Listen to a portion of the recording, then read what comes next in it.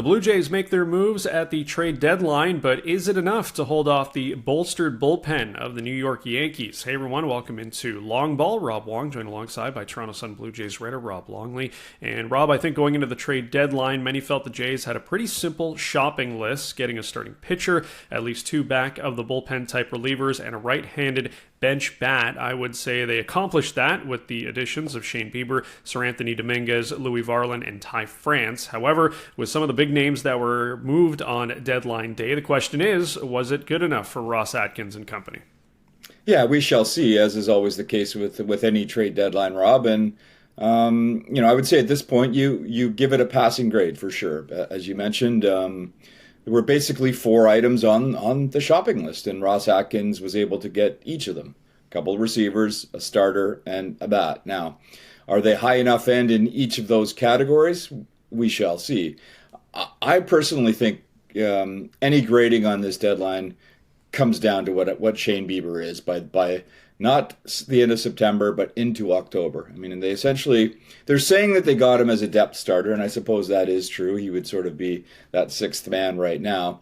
But in reality, they got Shane Bieber because they're hoping that he can be the type of pitcher that has won a Cy Young Award and has been an All-Star 2 times, and the type of pitcher that could start for you in Game 1 or Game 2 of a playoff series if necessary. And I really like that deal because of the upside, and that would be, as I just mentioned, for an impact arm in the playoffs.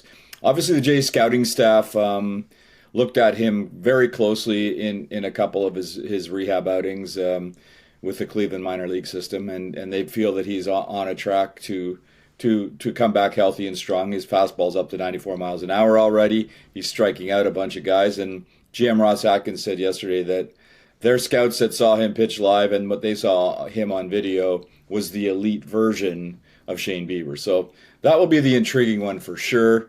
I think the sleeper of the acquisitions by the Jays at the trade deadline might be Louis Varland, a guy sort of an off-the-radar reliever that could be a back-end guy. We've seen relievers come in and improve under Pete Walker, pitching coach Pete Walker. If he finds some things that he can improve upon this guy, then he could certainly be an option for late in the game, whether that be seventh inning or eighth inning. And let's face it, that's where the Blue Jays had to beef up the most. They didn't get a high-end closer type reliever, but at least they got a couple of arms that will help. So yeah, overall a passing grade. I'd give it in the B and the B minus range, with a possibility of improving that grade if Shane Bieber turns out to be the Shane Bieber that we've seen at his elite best.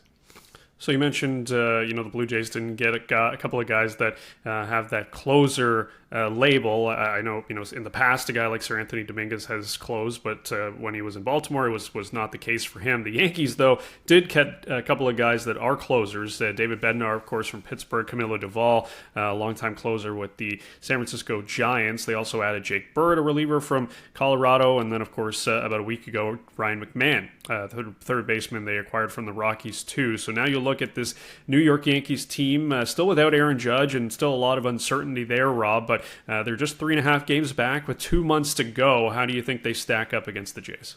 I think you would say that the Yankees improved a little bit more at the deadline, but will that be enough? We don't know. Certainly getting that bulge a little bit, the 3.5 game lead over the Yankees has helped the Jays in any possibility of fending them off. I think both teams, the Blue Jays and the Yankees, are flawed in certain ways, and the Yankees were probably more flawed, especially if Judge is out for any length of time.